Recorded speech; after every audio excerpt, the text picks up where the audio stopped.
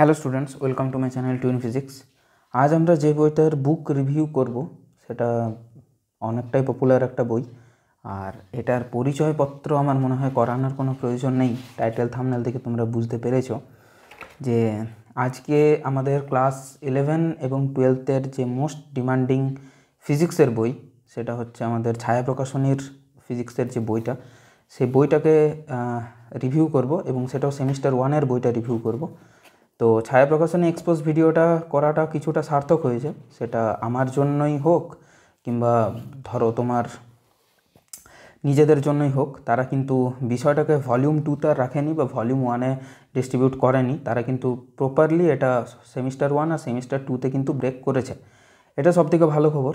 এবার বইয়ের ভেতরে যাওয়া যাক, তার আগে ওপরের একটু আবরণটা একটু বুঝিয়ে দিই। এটা ছায়া প্রকাশনীর লোগো, আর এটা হচ্ছে তোমাদের পদার্থবিদ্যা সেমিস্টার 1। ইউনিট 1 থেকে 5 এখানে পড়বে, আর ইউনিট 6 থেকে 10 তোমাদের সেমিস্টার 2-এর আন্ডারে পড়বে। তো মোটামুটি সেমিস্টার 1-এর যে বইয়ের যে ব্যাপারটা সেটা একটু বলা যাক। এখানে সেমিস্টার 1-এর লোগোটা দিয়েছে ইউনিট 1 to 5 দুয়ারি মজুমদার মাইতি, ছায়া প্রকাশনের লোগো। আর মোটামুটি এই হচ্ছে এটার ব্যাক সাইড, কীভাবে কী পড়তে হবে না পড়তে হবে, আর এই বইটার মধ্যে স্পেশালিটি কী কী, ফিচার্স কী কী, এইসব বিষয়গুলো এখানে দিয়েছে। আর বইটার একটা জিনিস আমি লক্ষ্য করলাম, সেটা হচ্ছে বইটার সাথে একটা ফ্রি বই, যেটা প্র্যাকটিস পদার্থবিদ্যা বলে দিয়েছে, সেই বইটা তোমরা এখানে এটার সাথে ফ্রি পাবে। সেই বইটার আমি দেখাচ্ছি না, সেই বইটা তোমরা কিনলে তোমরা সেটা ফ্রি পাবে। আর এখানে কিছু একটা বাম্পার অপার কন্টেস্ট কিছু দিয়েছে। যাই হোক, বইয়ের ভেতরে যদি যাওয়া যায় তাহলে বইয়ের এটা হচ্ছে ফ্রন্ট পেজ। আর প্রত্যেকটা বই কিন্তু এরা ক্লাস 11-এর যেটা, এটা সেমিস্টার 1, এটা সেমিস্টার 2, প্রত্যেকটা বই কিন্তু কী করেছে না ক্লাস 11-এরই তো বই, হ্যাঁ সবগুলোই। তো সেমিস্টার 1, 2 করে এমনি করে এখানে একটা অ্যাড দিয়েছে। এটা হচ্ছে প্রথম পেজ। তারপর এখানে দ্বিতীয় পেজে গেলে দেখতে পাওয়া যাচ্ছে যে এখানে দাম 1099 টাকা।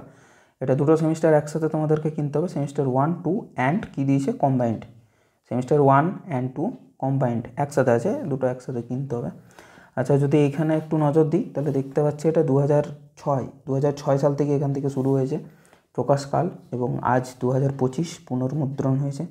6-এর পরে 7-এ হয়েছে, 8-এ হয়েছে, 9-এ হয়েছে, 10-এ কোনো পরিমার্জিত করেনি, 11, 12 নেই, 13, 14, 15, 16, 17, 18, 19-এ নেই, 20-তে নেই, 21, 22, 23 নেই, 24, 3, 25 নতুন সিলেবাস সংস্করণ অনুযায়ী। ঠিক আছে, দামটা 1099, তার মানে হচ্ছে 1100 টাকা দাম। সেটার উপরে তোমরা 20 to 25% অবধি কিন্তু লেস পেতে পারো। সেটা কোথায় কিনছো তুমি বইটা, ঠিক আছে, এবং কোন দোকানে কিনছো সেটার উপরে কিন্তু একান্তভাবেই প্রযোজ্য বিষয়টা।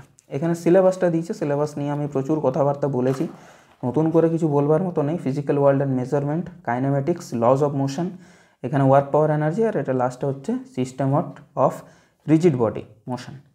যাই হোক, তো প্রথম ইউনিট থেকে তোমাদের 3 মার্কস থাকছে, দ্বিতীয় ইউনিট থেকে তোমাদের 12 মার্কস থাকছে, তৃতীয় ইউনিট থেকে তোমাদের 8 মার্কস থাকছে, চতুর্থ ইউনিট থেকে তোমাদের 5 মার্কস থাকছে, ফিফথ ইউনিট বা লাস্ট ইউনিট থেকে তোমাদের কিন্তু 7 মার্কস থাকছে। এইভাবে ডিস্ট্রিবিউশন থাকবে।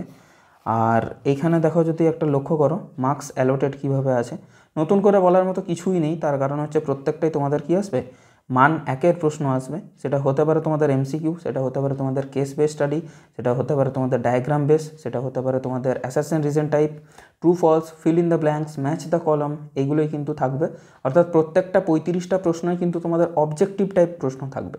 কথাটা বুঝতে পারা গেল? প্রত্যেকটা প্রশ্নেরই কিন্তু মান হবে 1। এর সাথে সাথে এখানে ওয়েস্ট বেঙ্গল জয়েন্টের একটা সিলেবাস এখানে দিয়ে দিয়েছে, এখানে যেই মেনের সিলেবাস একটা দিয়ে দিয়েছে। এগুলো একটু লক্ষ্য করতে পারো, দেখবে বইটা কিনলে তোমরা বুঝতে পারবে। এখানে নিটের সিলেবাস দিয়ে দিয়েছে, অর্থাৎ 3টে যে আমাদের অল ওয়েস্ট বেঙ্গল আর অল ইন্ডিয়া বেসিস যে 3টে মারাত্মক পরীক্ষা, 3টে গুরুত্বপূর্ণ পরীক্ষা, তাদের সিলেবাসও কিন্তু এখানে দিয়ে দেওয়া আছে। বোঝাতে পারলাম? কোনো সমস্যা নেই এত দূর অবধি। এবার ব্যাপারটা হচ্ছে এখানে সূচিপত্র দিয়েছে, সূচিপত্রের আন্ডারে দেখে নেবে যে কী পরিবর্তন হয়েছে। কিছু 19-20 হয়েছে আগের বছরের থেকে এই বছরের, ঠিক আছে। তো আগের বছরে এই জিনিসটা কিন্তু পাবলিশ করে দেওয়া উচিত ছিল, যেটা আমি ছায়া প্রকাশনী এক্সপোজ ভিডিওতে তোমাদের বলেছিলাম। তাহলে কিন্তু ছেলেমেয়েদের বুঝতে সুবিধা হতো, পড়তে সুবিধা হতো। কারণ পারুল প্রকাশনী কিন্তু মাঝ সময়ে নতুন বই পাবলিশ করেছিল। হ্যাঁ, ইয়েস, পারুল প্রকাশনী, যেটা মূলত ক্লাস 11-12-এর ছায়া প্রকাশনী বাদ দিয়ে, ছায়া প্রকাশনী আর সাঁতরা পাবলিকেশান বাদ দিয়ে আর কিন্তু কোনো পাবলিকেশানের বই ফিজিক্সের ওপর, মানে আমি বলতে চাইছি সায়েন্সের ওপর বই কিন্তু বানাতো না। পারুল প্রকাশনী সেটা বানিয়েছে এবং বইটা ভালো করেছে, মন্দ করেছে বলবো না। এটা একটা ডিজিটাল ভার্নিয়ার ক্যালিপার্স, ডিজিটাল একেবারে। এটা মেপে তোমাকে ডিরেক্ট দিয়ে দেবে, মাপতে তোমাকে শেখাবে না। যাই হোক, এইভাবে বিষয়গুলো আছে, এইভাবে পড়াশুনোগুলো আছে, এইগুলো আছে, সব পড়তে হবে এইগুলো। এবারে আসছি আমি ডিরেক্ট প্রশ্ন উত্তরের জায়গাতে বা অনুশীলনীর জায়গাতে। অনুশীলনীতে যদি আমরা আসি, তার দেখতে পাওয়া যাবে যে এইখানে এই যে এমসিকিউ যে বিষয়টা, এমসিকিউ অনুশীলনী, তার মধ্যে প্রথমে যেটা আছে সেটা হচ্ছে বহু বিকল্প ভিত্তিক প্রশ্নাবলী বা এমসিকিউ, মাল্টিপল চয়েস কোশ্চেন। সেখানে একটা দিয়েছে কনভেনশনাল টাইপ, টাইপগুলো দিয়েছে। কনভেনশনাল টাইপ মানে হচ্ছে যে টাইপে আমরা প্রযোজ্য, ঠিক আছে, মানে আমরা রেওয়াজ, কনভেনশন মানে তো রেওয়াজ বা রীতি নীতি, সেই বিষয়ে দিয়েছে। ইংরেজি থেকে বাংলা করার কোনো দরকার নেই, কারণ আমরা ইংরেজি ক্লাস করছি না এখানে। তারপরে তোমাদের যেটা দিয়েছে এখানে 70টা এমসিকিউ দিয়েছে। আমি প্রথম চ্যাপ্টারটাকেই একটু খুলে করে বলছি।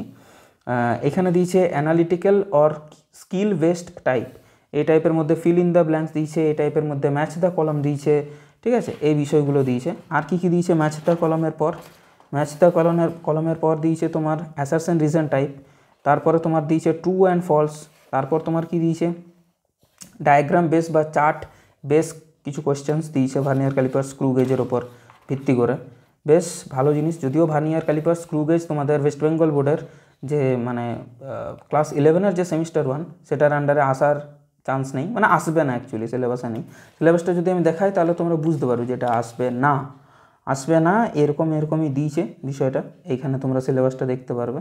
এটা মূলত তোমাদেরকে তৈরি করার জন্য দিয়েছে, যে যাতে তোমরা বিভিন্ন ধরনের যে কম্পিটিটিভ এক্সামগুলো আছে, NEET, joint, West Bengal joint, সেইগুলোতে যাতে প্রিপেয়ার্ড হতে পারো এখন থেকে। কেস বেস স্টাডি একান্তই গুরুত্বপূর্ণ। আর আমরা কি দেখতে পাচ্ছি, case 1, case 2, case 3, case 1, case 2, case 3 দিয়েছে। আর কি দেখতে পাওয়া যাচ্ছে এখানে? আর কিছু নেই। এখানে কেস 5 অবধি দিয়েছে। ইন্টিজার টাইপের প্রশ্ন দিয়েছে এখানে, এটাও এমসিকিউ টাইপেরই বলতে পারো। কেন ইন্টিজার নাম দিয়েছে বুঝতে পারছি না। একটা উত্তরই তো সঠিক, এমএসকিউ তো নয়, মাল্টিপল সিলেক্টিভ কোয়েশ্চেন তো নয়। এইভাবে কিন্তু ভেঙে দেওয়া আছে। এরপর থেকে যে বিষয়টা এন্ট্রান্স কর্নার, সেটা আগের বইতেও ছিল, আগের সেমিস্টারের বইতেও ছিল, মানে আগের বছরের বইতেও ছিল। বাকি জিনিসগুলো এরপর থেকে যদি তুমি দেখো, এই বিষয়গুলো একই পাবে। যেসব প্রিভিয়াস ইয়ার্স কোয়েশ্চেন্সগুলো থাকে, যেমন এনসিআরটির, তারপরে ধরো তোমার ওয়েস্ট বেঙ্গল জয়েন্টের বিগত যে প্রশ্নগুলো আছে, সেই প্রশ্নগুলো এখানে দেওয়া থাকে। যেই মেনের প্রশ্ন, এই যে দেখতে পাচ্ছ যেই মেনের প্রশ্ন, নিটের প্রশ্ন, এগুলো কিন্তু দেওয়া থাকে। এগুলো আগেও ছিল, নতুনভাবে কিছু বলার মতো কিছু নেই। আর মূল যে জায়গাটার পরিবর্তন হয়েছে, যেটা আমি বলতে চাই, প্রবলেম সেট 1, প্রবলেম সেট 2 এর কোনো প্রশ্ন এখানে নেই। যেটা আগের বছরের বইয়ে ছিল সেটা নেই টোটালি, ঠিক আছে। তো মূলত MCQ, true false, match the column, fill in the blanks, assertion reason type, এই সবগুলোই কিন্তু তোমাদের আছে সেমিস্টার 1-এ। তোমাদের 35টাই তো এইভাবেই থাকে প্রশ্ন, অবজেক্টিভ টাইপ, তাই এই টাইপেরই কিন্তু বইটাতে করে দেওয়া আছে। এই বিষয়গুলো খুবই ভালো লাগলো, অসুবিধা কিছু নেই। এরপর সলিউশন, এটার উপরে খুব তাড়াতাড়ি তোমাদের আসতে চলেছে।